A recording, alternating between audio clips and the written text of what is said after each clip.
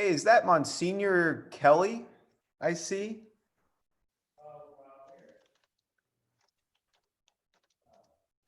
I'm on Zoom. That's all good. Oh, I am not recording. Oh, yes, I am. Good.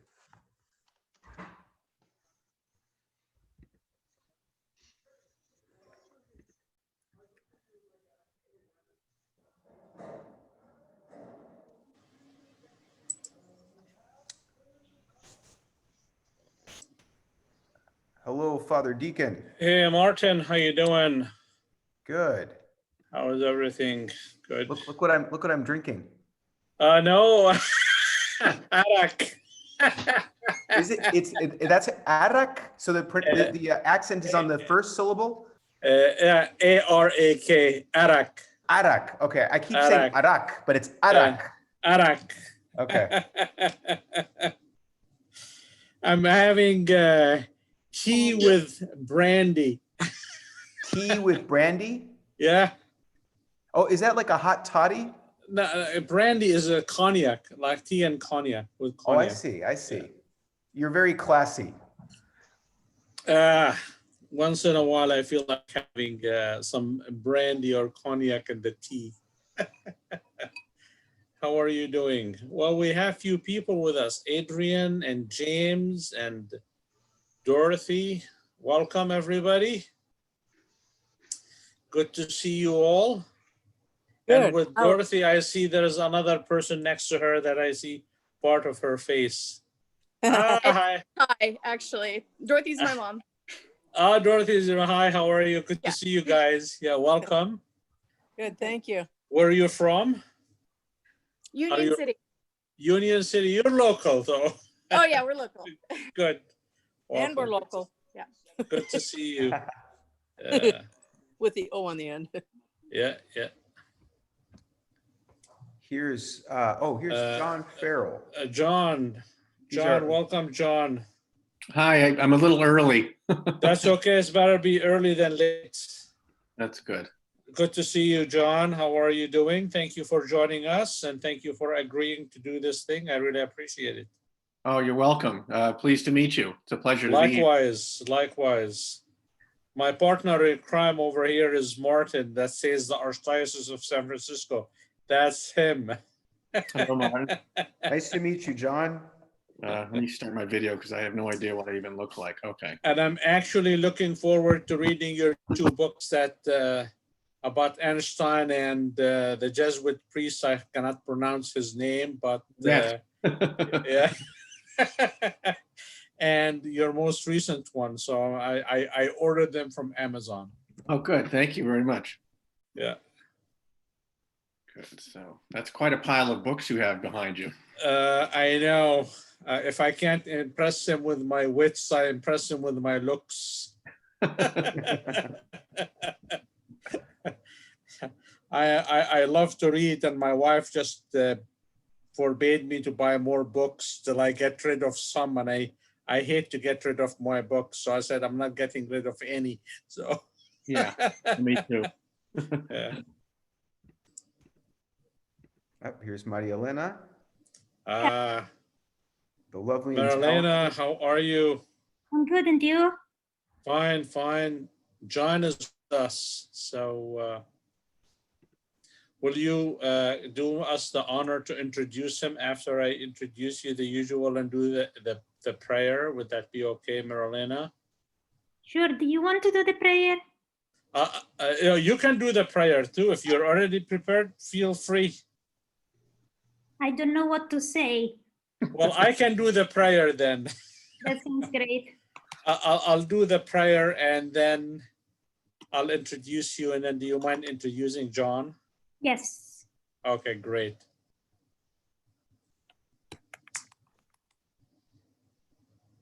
How was everybody's weekend? I hope you had a great and wonderful weekend. It was nice. Relax. It's good. John, you're in the East Coast, correct? Yes. In Boston area? Exactly. About 10 miles west of Boston. Oh, that's nice. Yeah, right now it's getting colder but damp. Yep.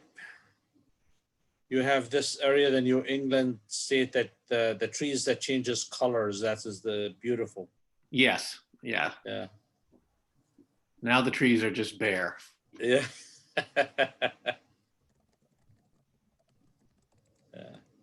Are you gonna be okay? Did you take a nap? Did you drink 6 coffees? I drank 6 coffees and took a nap, yes.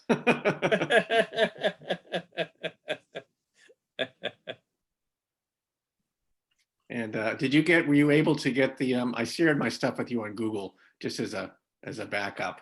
But I have all my stuff here on the desktop. Yeah, I see. I downloaded your presentation. Oh, good. Martin, can you upgrade us to co-hosts? Oh, I'm already co-host. I'm a step ahead of you. And I also turned off the entrance chimes. You're amazing. I have my moments. Maria Elena, so your neighbors across the street are moving to Texas, I hear. Which ones? Oracle. Oh, yeah. As long as they don't take the boat, I'm happy. I think they'll be taking it, Marlena. Hopefully not. So they're keeping the building and they're just moving the headquarters. So Oh, that's not the headquarters? right. That is the headquarters. But they're keeping the building. They're not. They're keeping the building. I see. Are they moving to Austin? Yeah. Yeah, that figures. Well, many people are working remotely these days. So Yeah. Hey, that's not Deacon Fred, maybe the Archdiocese of San Francisco can move to Austin. What do you think? That will be a wishful thinking. Hey, Ty. Hello. Sorry, I was saying hi to my friends here. Good. Hi, Maria good. Elena. How's it going over there across the bay? It's going okay. How's the weather in Fremont? Are you in Fremont? Union City, same thing. How's the weather? It's been raining. It's raining? Well, not this minute, but it has today.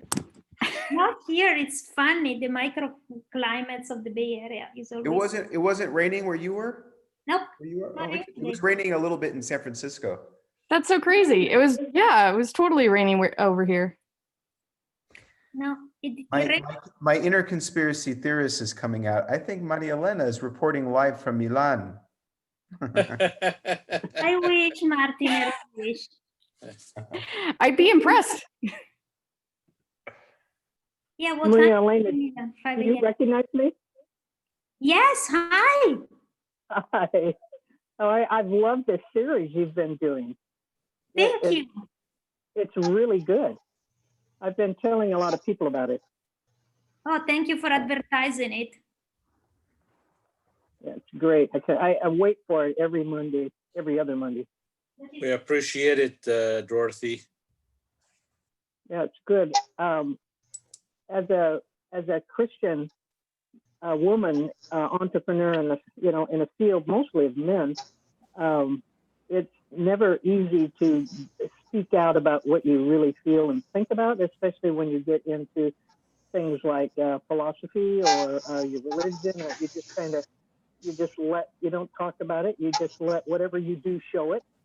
And so it was interesting to me to see you tackle creation versus evolution. I mean, it's really a very interesting approach. I'm obviously diving right in. Yeah, we'll talk a bit more about evolution in January because, yeah, that's a very interesting dialogue. So, Dorothy, do you recognize this? What is that? Oh, yes, I do. The limoncello. Yes, I do. I have some more. We'll send it over to you next time. You can send it via Zoom. There. Yeah, here it comes. Grab that. Yeah, that's so funny. I forgot about that. We make it pretty much every Christmas. Nice. Yeah, I just ran out, so. we didn't make it this did? Wow. Christmas. We'll have to get that we'll have to remedy that. Next year. This year I will use Trader Joe's. So Martin, Dorothy is a famous blacksmith. She teaches. Yep. Yeah. Really? All the I've guys always are wanted like to learn how to right. blacksmith. It was a gift. I prayed for something that showed that God exists and helps you in your life, because I lived primarily with college-educated agnostics, and so I'm not a person who's going to be trying to shove a philosophy down anybody's throat. So I just prayed for something, and it happened, and boy, did it go a long way. Yeah, lifetime, 50 years, 50 years. That's incredible. That's incredible. It is. It is. I like it because it gives people hope. Right now, a lot of people don't have any hope. Yep, I agree. I'll say. So you teach blacksmithing? I have taught, yes. Oh, that's I great. taught, I taught 17 years at junior college in Washington State and Olympia, but I also travel around the world sometimes, wherever, and teach private lessons to other groups of blacksmiths or individuals. And I'm always learning. I generally learn more from them than they learn from me. They just think it's the other way around.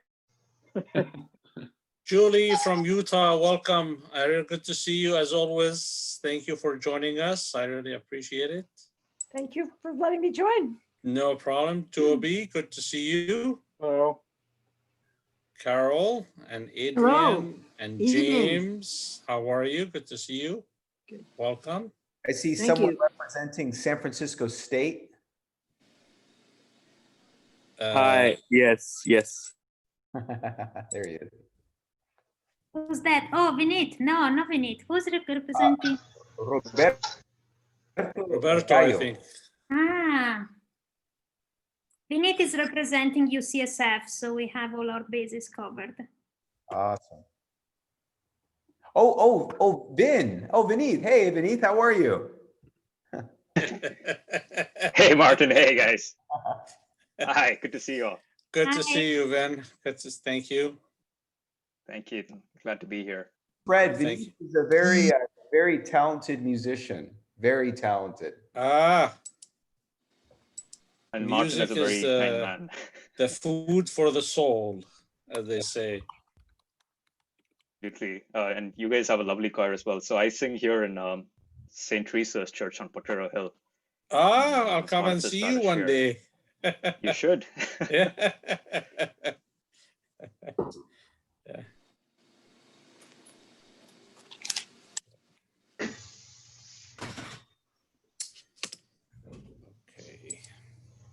Chiara, ciao Chiara, stasera ti ho visto. We have few people still joining us. We'll wait a few minutes.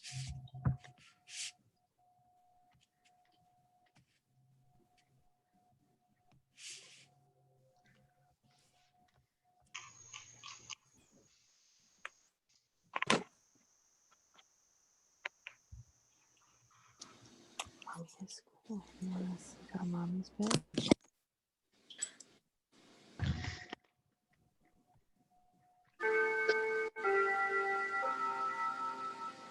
Oh, yeah, not so loud. Baby daddy's sleeping. Okay. Just so you guys know, I don't want to discourage people from talking, but I just muted everyone just in case people forgot to mute themselves before coming in. No shaming. It happens. I just muted everyone. If you need to speak, you can unmute yourself.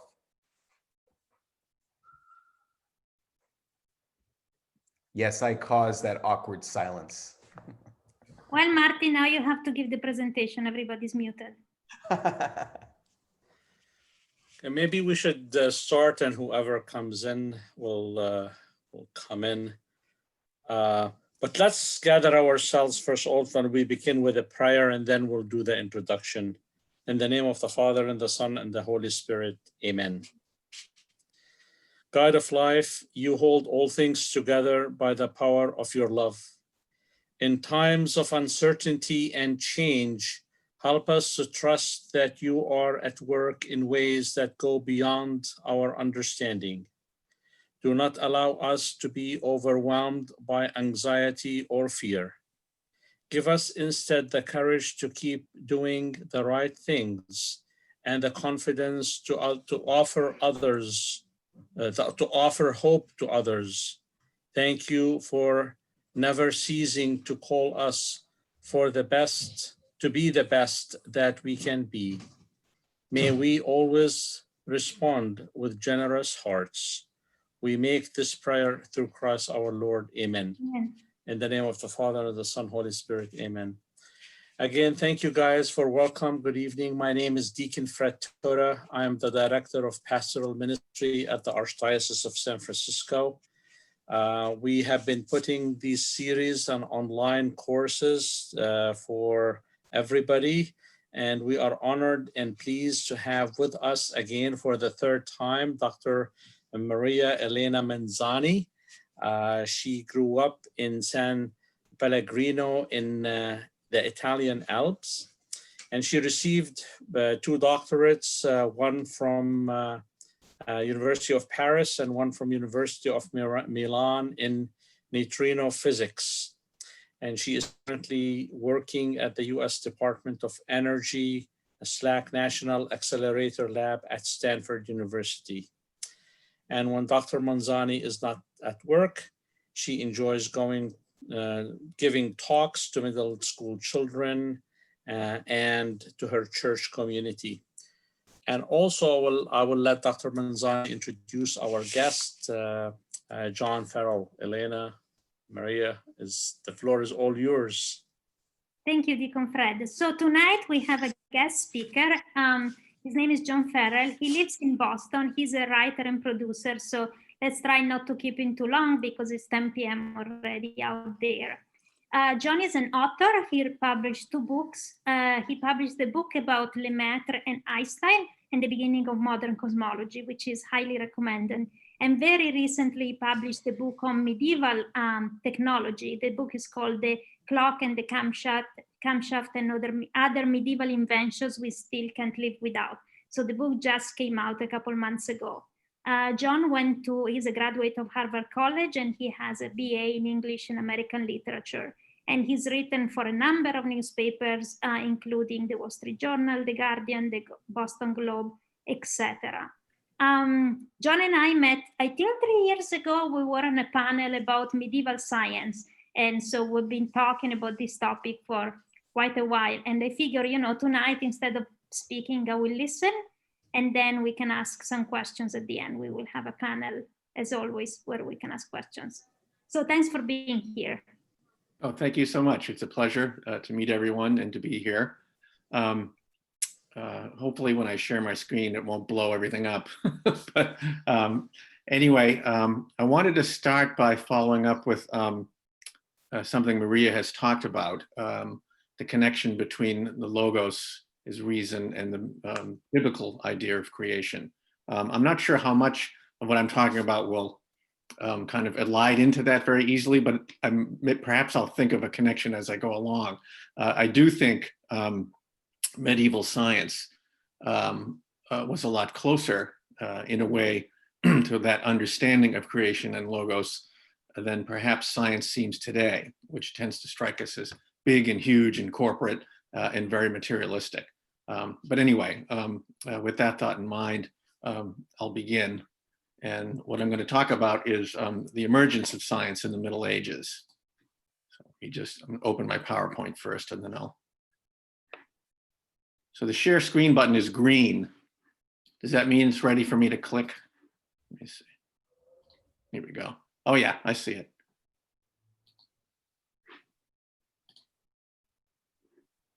Okay, is that showing up? Yeah.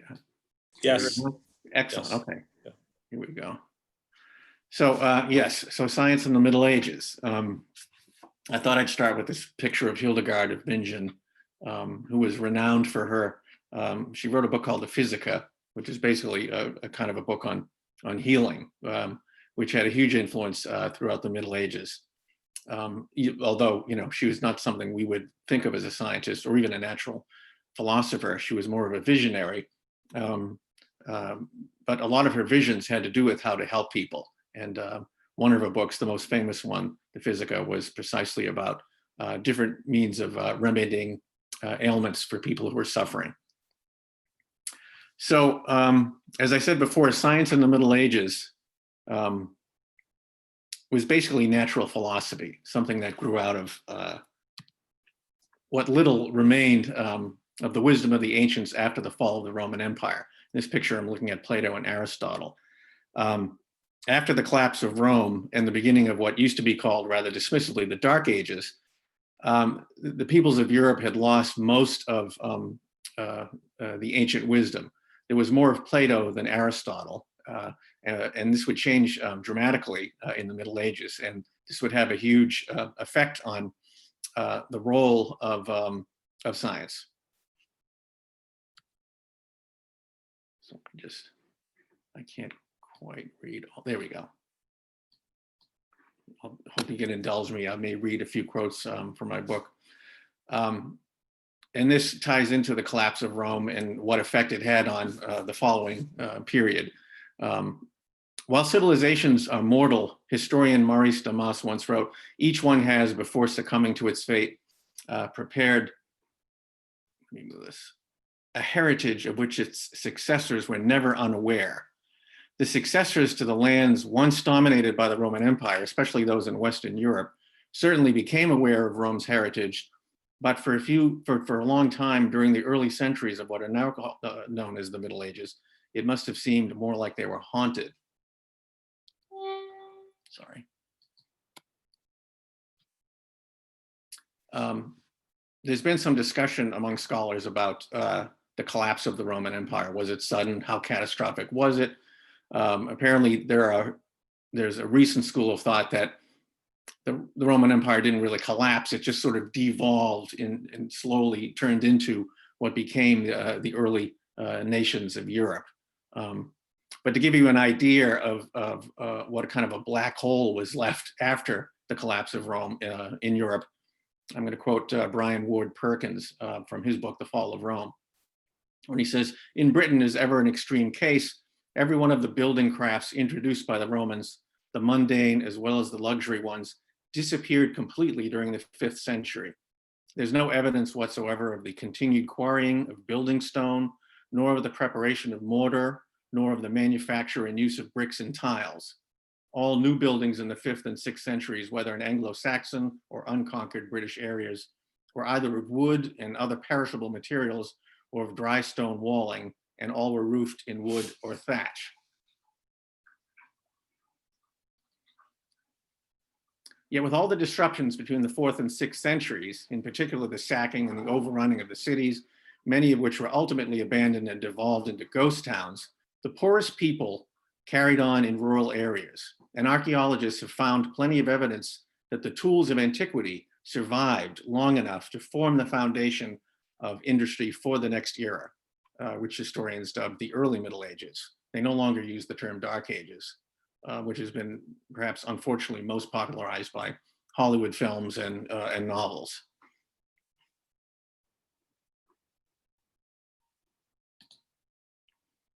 So to give you an idea of what survived and what proved to be extremely beneficial to the people who managed to survive the collapse of Rome and all the invaders, I'm going to show you a few kind of sample tools that not only helped people survive, but they became kind of the foundation for what would become a kind of massive expansion of technology during the Middle Ages and help lead to basically encourage the creation of science. So one is the rotary hand mill. This is something that could be useful to individual families, 2 stones, one upon the other, for grinding grain. Even so, they were pretty huge, and it kind of gives you an idea of what Jesus meant when he said, better, for anyone who misleads or brings a child to sin, it's better for him if he were thrown into the ocean with a millstone around his neck. And this really gives you an idea of how lethal it must have been. And it must have made quite an impression on the people he spoke to at the time. The heavy plow. This was an instrument that, again, emerged in the later Roman Empire in the north of Italy, where the soil, as it was in much further north in Europe, was very heavy and not easy to turn over.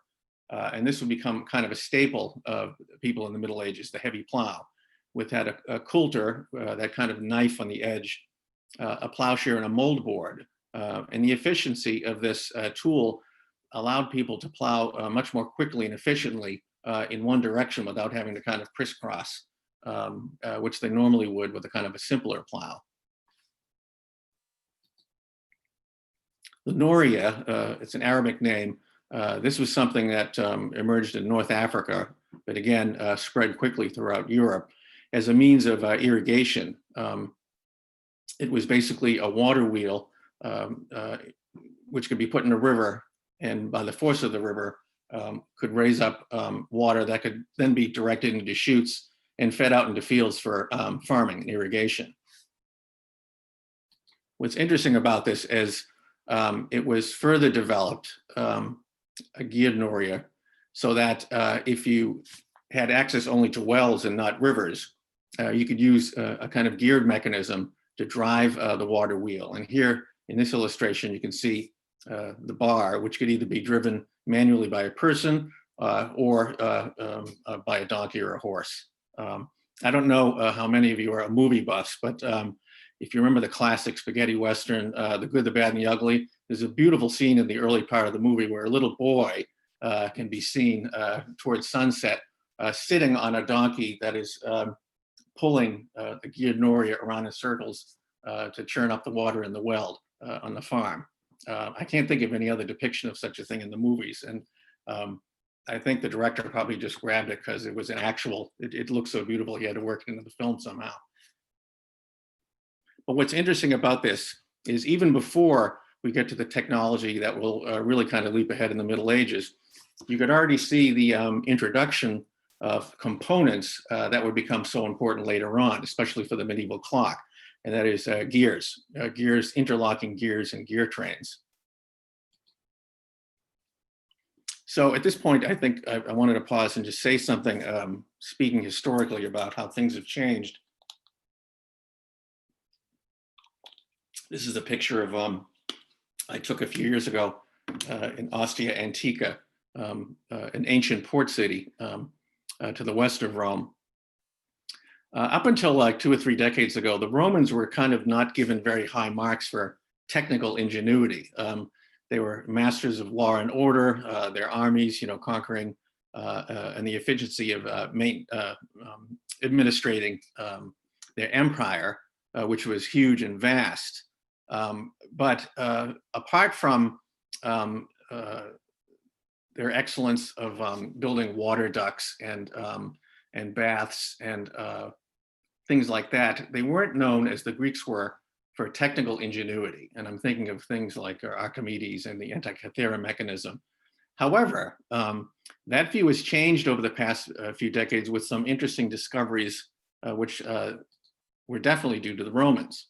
One of the most remarkable from 2007 revealed compelling evidence that by the early 3rd century, hand cranks were adapted by the Romans to work in vertical water mills in order to power stone saws in Hierapolis. That's an ancient city in Phrygia, now the city of Pamukkale in southwestern Turkey. On the sarcophagus belonging to an engineer named Marcus Aurelius Ammonaeus, archaeologists found a fading inscription and a sculpted relief of a sawmill. And this was written in Greek. The Stoic words were translated as M. Ara Ammianos, citizen of Hierapolis, skillful as Daedalus in wheelworking. He made the represented mechanism with Daedalian craft, or with the skill of Daedalus. And now I'll stay here. And here's a picture of the relief on the gravestone, the sarcophagus.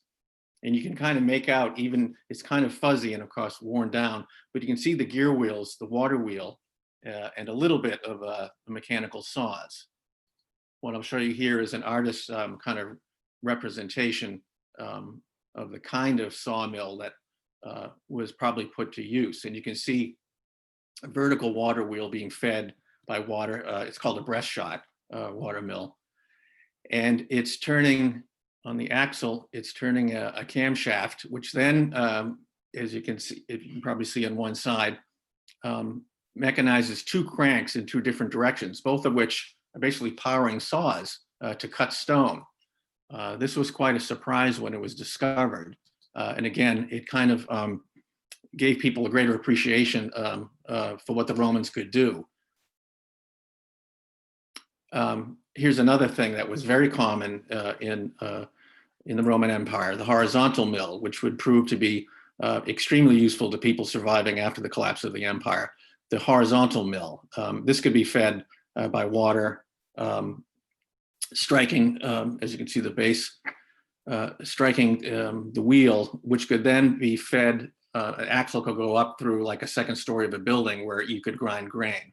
This is kind of a basic representation. The more technical vertical geared mill arose, if not at the same time, perhaps even earlier than the horizontal mill. And here you see kind of the same idea, but again, as we saw with the geared Noria, the translation of one kind of motion, linear to vertical, with geared wheels. And the vertical geared mill would basically form the foundation of medieval technology. Vertical water mills would basically do everything, which we'll get to. But again, they began, they were definitely present in the Roman Empire as well as in China. Here's an example of a fulling mill, also driven by a camshaft on a vertical water mill wheel. Fulling mills were basically made use of trip hammers to pound the cloth.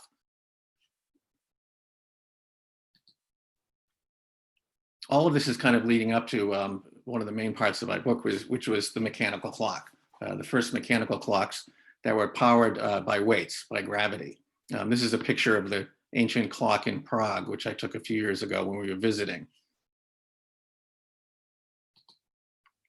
The Prague clock is believed to have been completed no later than 1410, although not as old as more historically celebrated models, such as the Great Clock designed by Abbot Richard of Wallingford in England. It has managed to survive the vagaries of its country's history.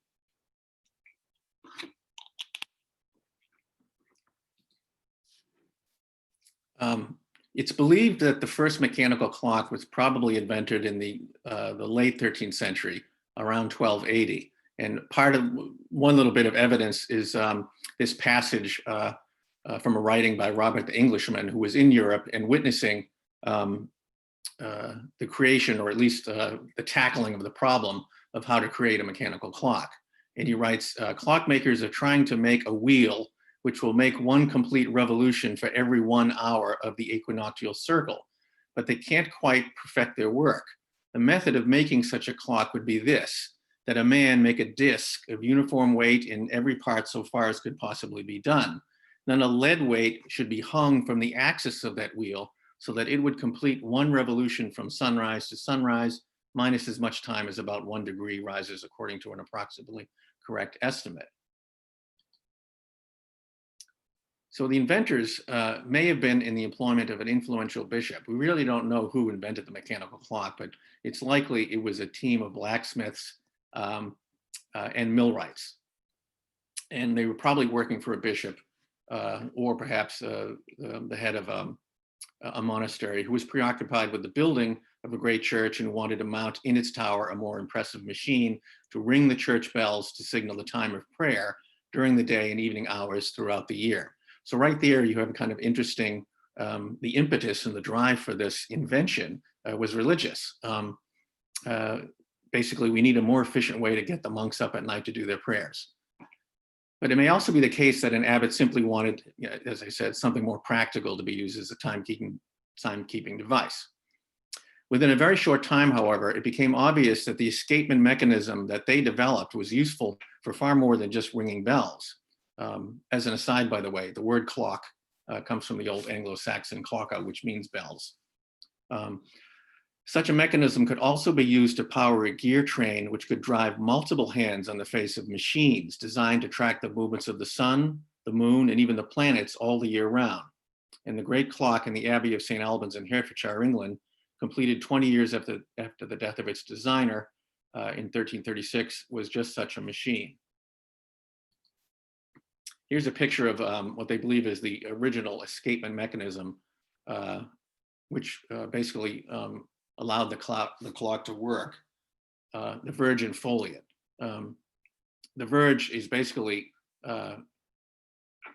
it's almost like a camshaft, except it's vertical. You can see two cams sort of at right angles, and their job is basically to carefully inhibit the crown wheel upon which the clock is mounted.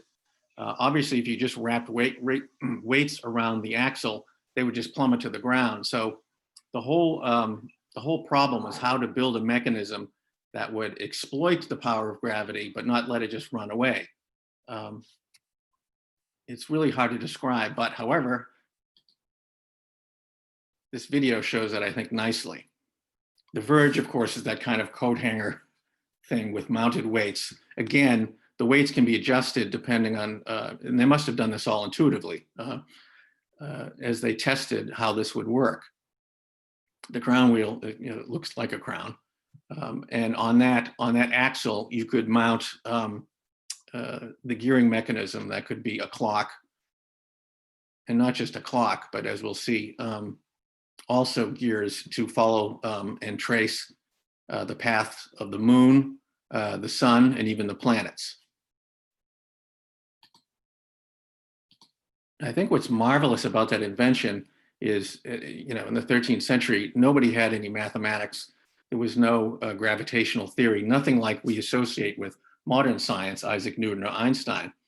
These engineers, millwrights and blacksmiths, they must have gotten together and done a huge amount of trial and error. They might have tried different weights on the verge. They might have tried different angles on the pallets. It's a hugely impressive achievement. And it's just one of those instances where we sadly don't know who they were, where they lived, and what kind of records they might have kept about it. What I'm looking at here is the astrolabe, which was also an invention of the Greeks, later perfected by Arab scientists for the use of, basically, it was kind of like a portable computer. You could use it to figure out where you were on Earth, the latitude of particular stars. However, in the case of the clock, it was also the inspiration for what we take for granted, the face of the clock, the dial of the clock, which was inspired by the astrolabe. So basically, this is kind of getting me back to the question of medieval science. And one thing that fascinates me, and I don't really have an answer to it, is did medieval technology inspire science? And here I'm just going to list some of the impressive achievements purely in terms of industry, of what was achieved at about the time when medieval science began to emerge. If we look at industrial mills throughout Europe by type, between 770 and 1600, we can total 4 ore crushing mills, 6 forge bellows, 8 blast furnaces, 8 olive oil mills, hemp mills for the production of rope, malt mills for the production of ale, 31 tool sharpening mills, 46 saw mills, 58 tanning mills, 236 forge mills for blacksmiths, 635 fulling mills for clothing, all powered by water.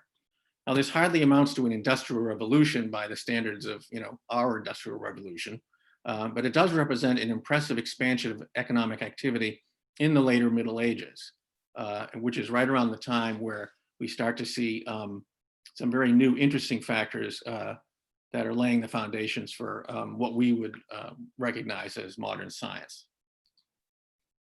And one of them is the translation. I was going to say translation movement, but it was actually translation movements. These took place in Spain and Sicily between the 11th and the 13th centuries.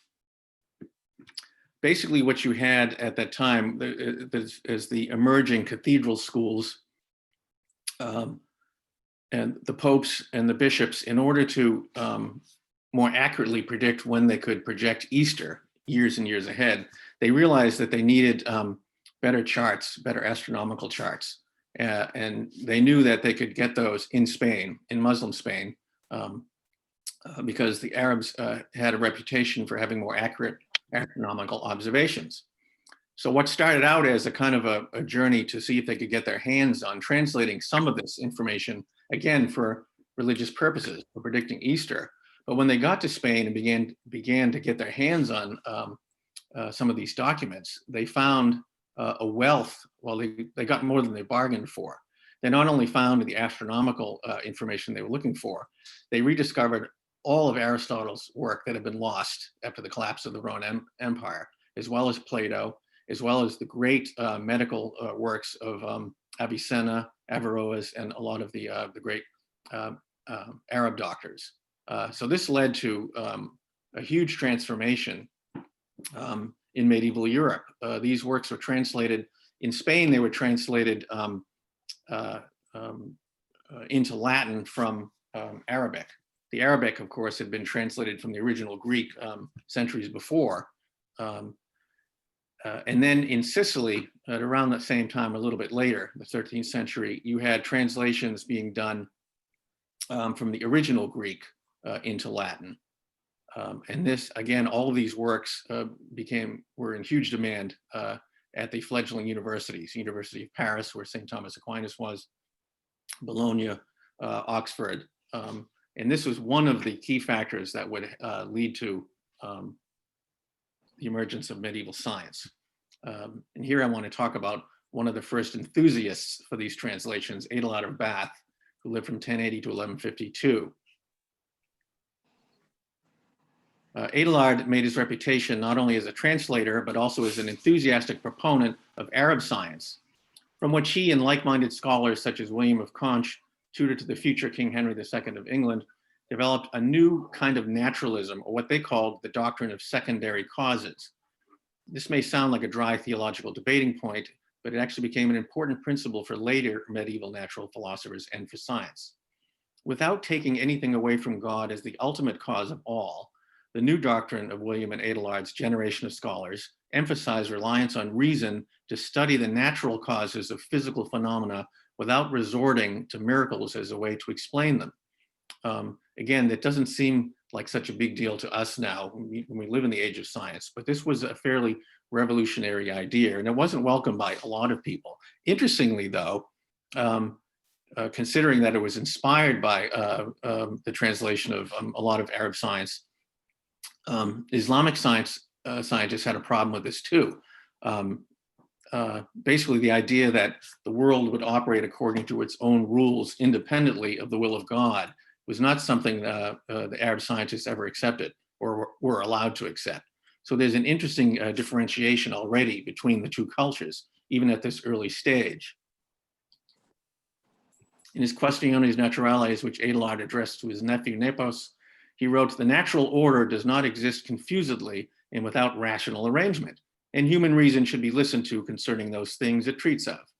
When it completely fails, then the matter should be referred to God. Therefore, since we have not yet completely lost the use of our minds, let us return to reason." The doctrine of secondary causes features fairly prominently in the work of Thomas Aquinas as well, even though his primary concern, as we all know, was theology and philosophy rather than natural philosophy or science. So there's one area, the translation movement. The translation movement had a huge impact on the growth of education in the cathedral schools, which would become the universities. The second huge development, again, for the purposes of the foundation of science, is what's called the Papal Legal Revolution. And this is a picture of Pope Gregory VII. He didn't instigate it, but he certainly promoted it pretty vigorously. Basically, what you had was the bishops and the popes of the time were feeling increasingly threatened by the secular powers, the kings and the rulers. And they needed a way to kind of maintain their autonomy. And this was done basically by assimilating and putting together a new body of law that could form the foundation of their own sort of jurisdiction is not the right word, but their autonomy. Like so many other inheritances from the ancient world, that of Roman law had been lost for centuries, but the rediscovery of the Justinian Code of Civil Law, the Corpus Juris Civilis, in the late 11th century in a manuscript in Italy, provided the spark for the development of an entirely new system. The new science of law was the result of simplifying, modifying, and transforming the Roman Corpus Juris Civilis by medieval legal scholars. They sought to reconcile the many contrasting, sometimes contradictory elements of Roman law with the Bible, with Germanic and other folk laws, as well as church law as it existed. The most important architect of this transformation was a monk named Gratian, who produced what he called a harmony of discordant canons, first issued in about 1140, that soon became a canonical text used all throughout Europe. This is primarily from Toby Huff's book, The Rise of Early Modern Science. Under Gratian's organizing project, the study of law became an independent science based on 3 distinct elements, including a body of legal traditions, Roman, Germanic, Judaic, a new method of analyzing the traditions, and an institution where the subject could be studied independently, and that's where we get to the universities, the next key in the rise of medieval science. At the heart of the legal revolution was the idea of regarding a collective body of people as a unit, a corporation. Tradesmen already had a tradition of coming together to protect themselves and their interests as a group, and had established a right to be represented as a group in the life of their community. It was a small step for the growing communities of scholars at the cathedral schools to organize themselves in the very same way, and to put the laws governing their expanding autonomous institutions in writing in a charter, granting them the right to appoint or fire teachers, to approve courses of study, to grant licenses and certificates to the students who pass these courses of study. By a cheerful accident of history, the Latin word universitas, which means corporation or whole body, exclusively came to mean an institution of higher learning. So what we have here now, between these 3 things, the translation movement, which returned what was lost of ancient learning to Europe, the papal legal revolution, which basically, again, it wasn't like the popes sat around and thought of, hey, what would be a great way to produce science? What they were thinking of was their own self-preservation, a way to give them the legal foundation through which they could resist the kings and the dukes who were encroaching, who were trying to tell them who to appoint as bishops, trying to tell them everything. The popes wanted this for their own self-preservation, but the happy side effect of this is that it also gave the legal means by which guilds and cathedral schools could establish their own autonomy. And it's hard to imagine science emerging without that safe space that the university would become for research. Here's historian Edward Grant. Of course, the autonomy looked good on paper. The university still felt the pressure of the local bishops, who sometimes didn't like what they were teaching, especially as it became more widely known that some of what Aristotle wrote about and taught came into conflict with Christian doctrine. Although a clash was hardly inevitable, it was not long in coming. It seems to have hit hardest at the University of Paris, which not only had the greatest theological school of the Latin Middle Ages, but also had one of the best and the largest arts faculties. And yet the conflict that developed must never be allowed to obscure the most important fact, that the translated works of Aristotle were enthusiastically welcomed and highly regarded by both arts masters and theologians. Indeed, Aristotle's philosophy was so warmly received that, try as they might, the forces arrayed against it could not prevail. So basically, those are, I think, the key elements of what helped science emerge this would be the later Middle Ages. And I've got a note to myself here, don't forget books. It was through Sicily, another Islamic toehold on the European continent, that the technique for papermaking worked its way into Italy and took an industrial route in the northern region near the Alps. That's where you're from, Maria, where it set off an expansion throughout the rest of Europe. The first paper mill in Italy dates to 1235, possibly even earlier in the 13th century. In France, one was recorded by 1348, in Austria by 1356, Germany by 1391, England by 1494, a relative latecomer. So it came about that vertical water mills, which had long been employed to power trip hammers for fulling cloth, powering forge bellows, crushing ore. They were now pulverizing rags to make the pulp for paper, importantly, cheap paper. As it turned out, the industry arrived just in time for the printing press, which Johannes Gutenberg invented around 1450 by borrowing the modern equivalent of about $1 million from a lawyer from a wealthy merchant family. It's interesting that, again, I don't know the way you were taught, but I remember being taught that the printing press was what created the printing revolution. But as has been discovered, without cheap paper, books would have been way too expensive for most people. And the fact that paper could be mass produced so cheaply allowed people from all walks of life now to become literate and to read. And of course, this had a huge impact for the later Protestant Reformation and the Renaissance. I'd like to end on this one idea of the clockwork universe. This is another thing that I was taught was a kind of product of the scientific revolution, the age of Newton and Descartes. The idea that the universe is a machine. But actually, this idea of a clockwork universe does go back to the Middle Ages, because they were the ones who actually made the clocks. And I don't think it should be surprising they would think of the universe that way, as they had centuries of creating by hand, without any theoretical underpinning, all these marvelous machines that we still depend on. So I'll just end with that.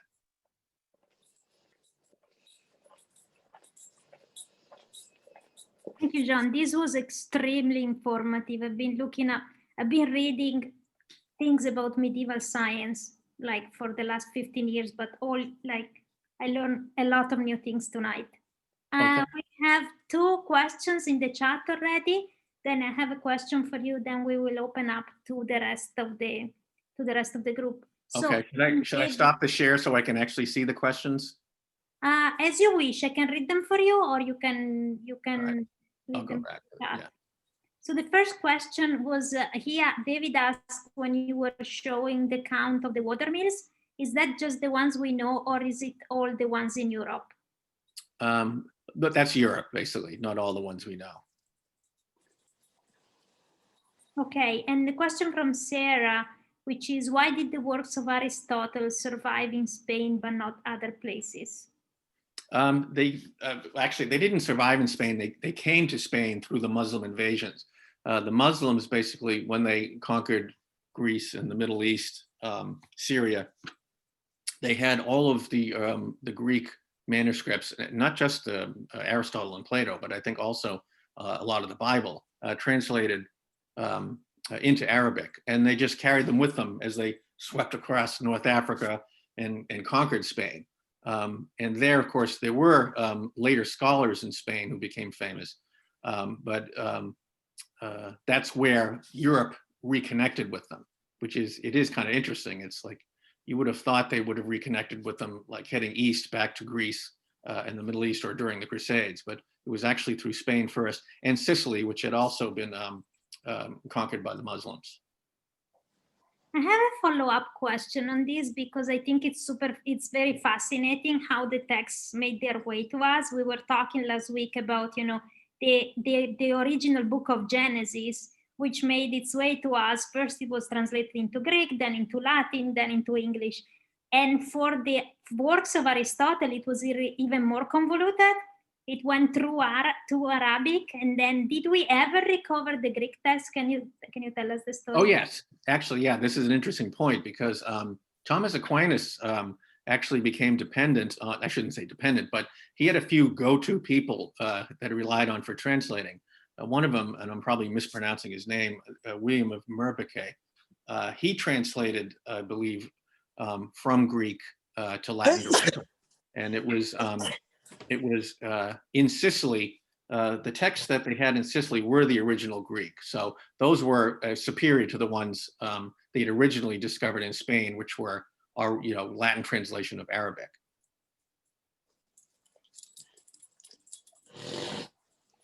So there is one written question before we get into that, because it's going to be a long one.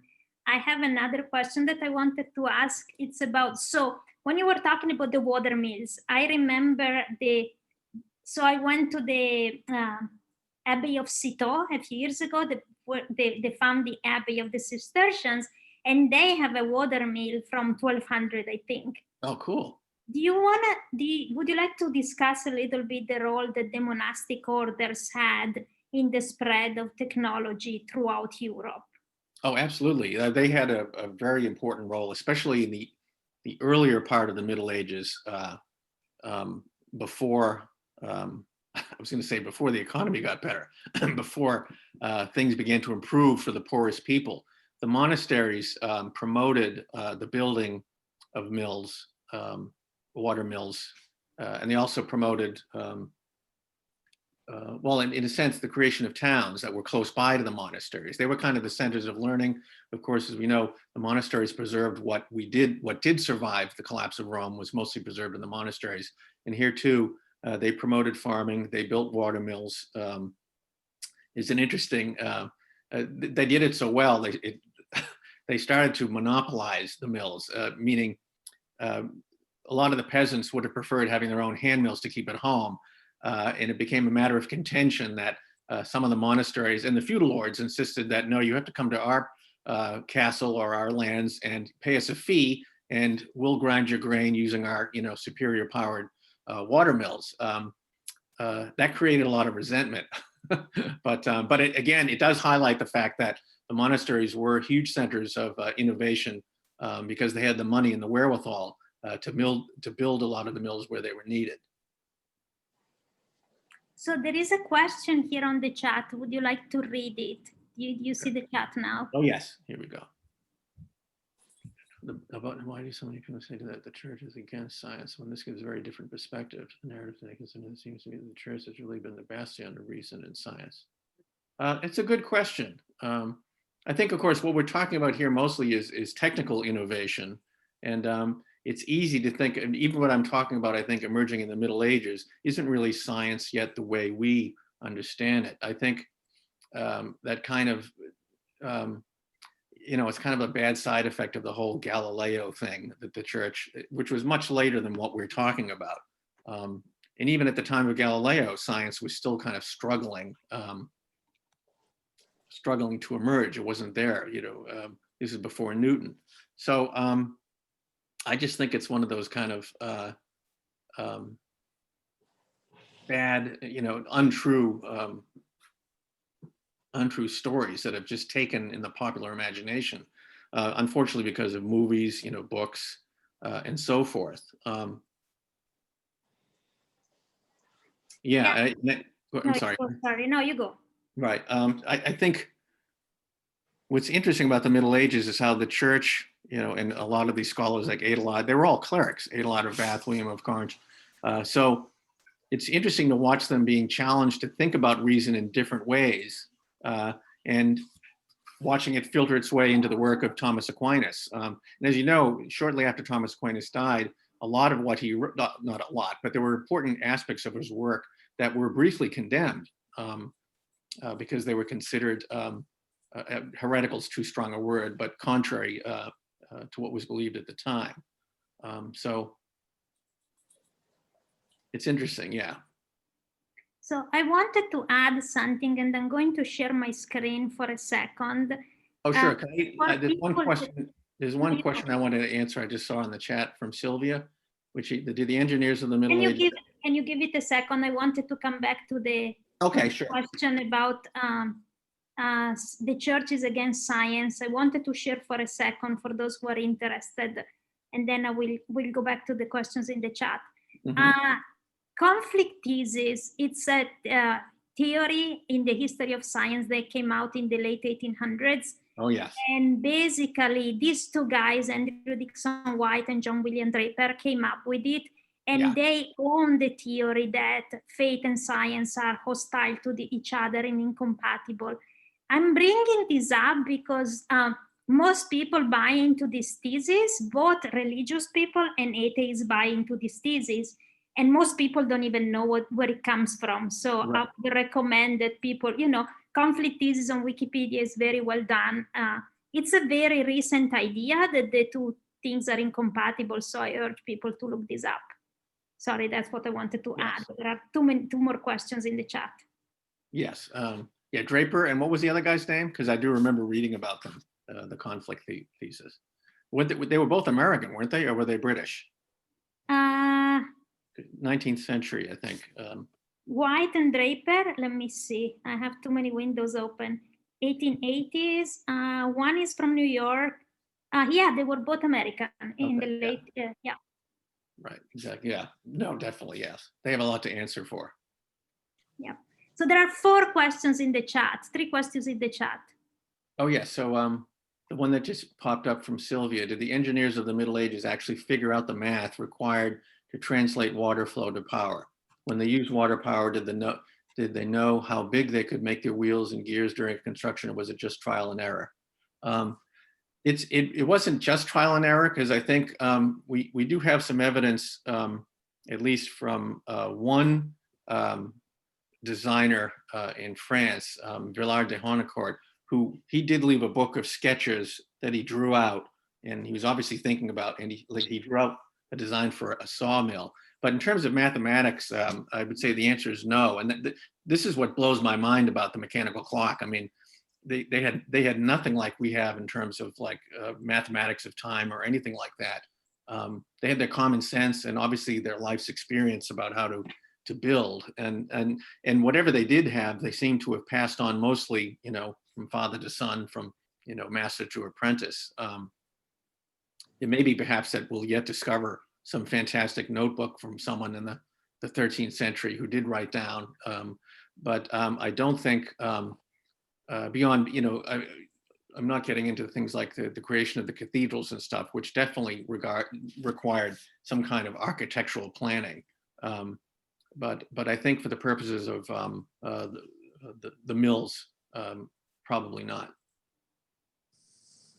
So there was a question about solar eclipses. Oh, yeah. I don't know. I think they would have been interested in predicting eclipses. I know, I haven't read it, but Bede, the famous English priest who wrote the history of the church in England, he was also fascinated by the concept of time, and he wrote a book about the tides in the relation to time. I imagine they would have been interested in eclipses as well. But I haven't read deeply enough into that to be able to say one way. I would be surprised if they weren't, I guess. Yeah, that was something that even the Greeks could do, and the people who could do these kind of calculations were kind of worshipped as Magic. but as, you know, as wizards or magicians. Yes. So what else? Maria Victoria. 6 laws of technology, and sorry, she was just saying thanks, I think. Have you heard of the 6 laws of technology? 6 laws, like historical? Yeah, Melvin Kranzberg's. You see the question from Maria Victoria. Oh, let me move down, yeah. And 6 laws last year, didn't think of it. No, I haven't heard of Melvin. I'll write that down. Melvin Kranzberg's 6 laws of technology. And then this other question, thoughts on John Paul II Benedict's writings on faith and science. From what I understand, they brought out a deep and profound respect for both, while still acknowledging that both can lead to great evil. He does it Ratio on the Regensburg Address. Interesting, yes. My favorite writing of John Paul on science was his letter to the Vatican Observatory. Father George Coyne, who passed away last year, was head of the Vatican Observatory at the time. And I think he had a deep appreciation for science, but also I was fascinated by, he thought theologians needed to work harder to incorporate or think of more creative ways to integrate scientific thought, or at least what science tells us about the world, into theology. And some of that is reflected in the document by the International Theological Commission from 2004. I forget the name of the actual document, but that's also a kind of fascinating text that looks very seriously at everything from the Big Bang to human evolution. And I think that was put together under the guidance of Pope Benedict before he was Pope. But there is, it's not an official document, but it was an essay Pope Benedict wrote back in the early 1970s about evolution, and it's really striking. It's more striking to me than his Regensburg address, because he addresses the question that Pius XII and Pope John Paul kind of, I don't want to say they left it aside, but they basically talked about the limits of evolution. We can accept the evolution of the human body by the processes of Darwinian evolution, but the creation of the soul is something that kind of separate from that. Another question, an ontological leap, I think, is the words that John Paul used. But in that essay in 1973, I think it was just called Creation and Evolution. Pope Benedict said, there's a way to think about this that would kind of answer that question of the soul.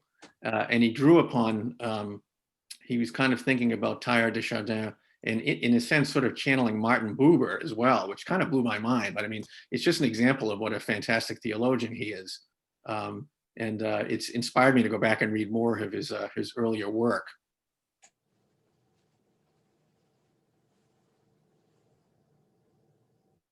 Yeah, we talked about the Regensburg address 2 weeks ago also. If you weren't here, I think that's still available in the recording. I think, yeah, there's 2 recordings, yes.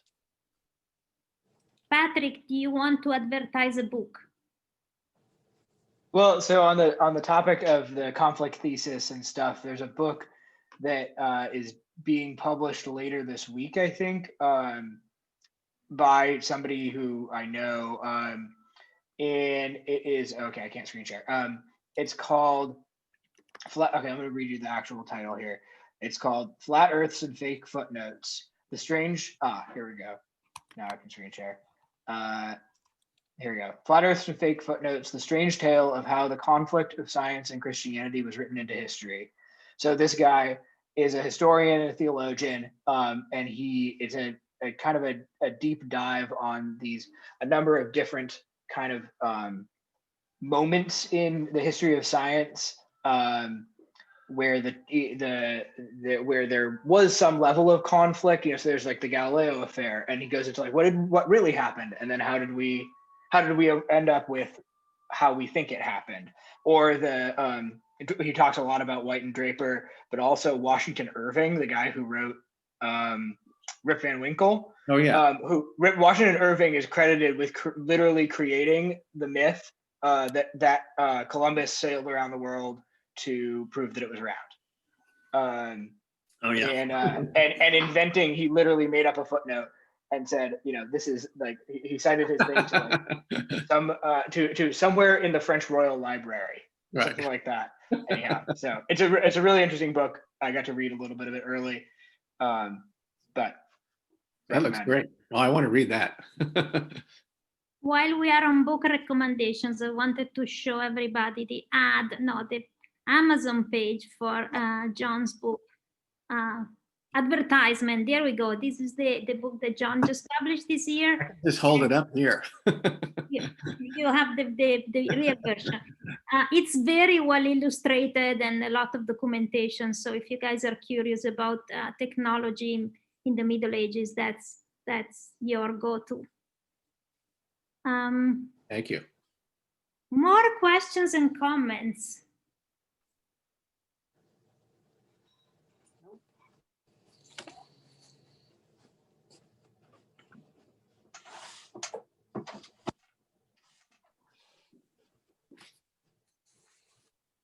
Speaking of illustrations, one of the pictures I used in my book, my family has a house up in northern New Hampshire, north of Franconia.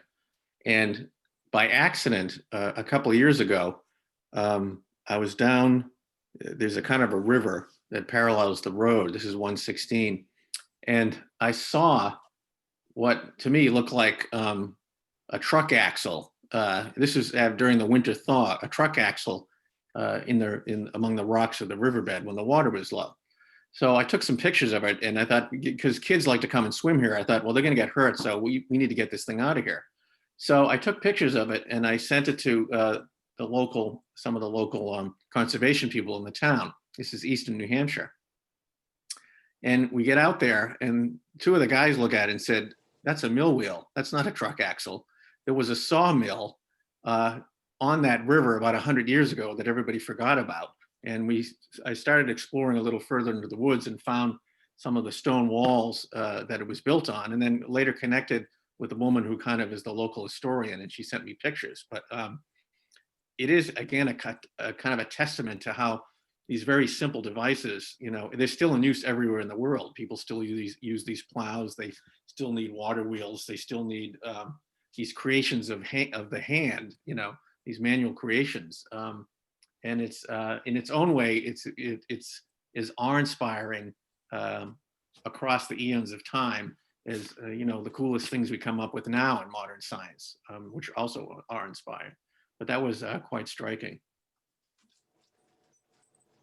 We have one last question from Mary. She says, hard to imagine how one would think before the second causes. Can you try to describe what the thinking would be? I couldn't describe what I do know. Well, I think I alluded to this. The Islamic philosophers, theologians, would never accept secondary causality because they thought God was the immediate cause of everything. I think there's a word for it. Philosophers call it occasionalism. I may be wrong. But this, I think, proved to be a kind of a stumbling block to the further advancement of science among Arab scientists in an Arab culture. That's a kind of a whole, different can of worms. But that was definitely a kind of a strange way to look at the world. But yeah, and I mean, I agree. If you couldn't do science without some kind of a theory of secondary causes, meaning looking at the world autonomously according to its own laws and not requiring God to do everything. I feel like we're going back into that a little in certain, in American mentality, for example, we have the creationists, we have those who believe that the world was made in 7 days, etc. So there is a little bit of suspension of reason that is coming back in fashion, maybe, or maybe it always was, I don't know. Yeah. Okay, let's not finish on a sad note. That's my fault. Good. Okay, I agree. Well, thank you everybody for joining us. And I think that was a very interesting and informative presentation. Thank you, John, for the wealth of information that you have given us. And as I said earlier, I ordered your 2 books because I'm very much interested. Oh, thank I you. already ordered them. They are forthcoming. That's my Christmas gifts from my family to me. Oh, right. Well, thank you for having me. And thank you, Maria, for everything, and for all the information and the wealth of information that you have given us. And our next class is not going to be till after the New Year's, January the 4th. So in the meantime, I'd like to wish everyone a very Merry Christmas and Happy Holidays to you and to your family. Have a safe and blessed and a joyous one. Deacon Fred, and I'm sorry to interrupt. 2 things. Martin referenced a few of the prior classes. I just want to remind everyone that you can access them online at sfarch.org/wonder-classroom. And the password is the same one that you used to access here. I'll put it in the chat. And the other, while I'm doing that, Maria Elena, can you give a little preview of the next class? Yeah, so next class, we're gonna dive into the topic of evolution. And because that's a hot topic in the conversation of faith and science and what are humans like. And so the very last week, 2 weeks ago, we talked about, we're made in the image of God, and we talked about the topic of logos. But then if you ask that question about, for example, the archaeological record, then it becomes very complicated. If you ask, a bunch of bones, are these people or are these not people? Then the question becomes, well, what is a person? How do we recognize a person compared to, a monkey that walks on two legs? And so we're gonna talk about that in 3 weeks. Cool. Martin, anything to add? No, that was my final interruption. Sorry, Deacon. No, that's okay. Thank you for reminding me. Sorry, I was distracted. Again, thank you, Maria. Again, thank you, John, Martin, and everyone who joining us. And we're looking forward to seeing you on June the 4th, and have a great and wonderful evening. You too. Take care. Bye-bye. Take care. Bye. Bye-bye. Everyone. Good night.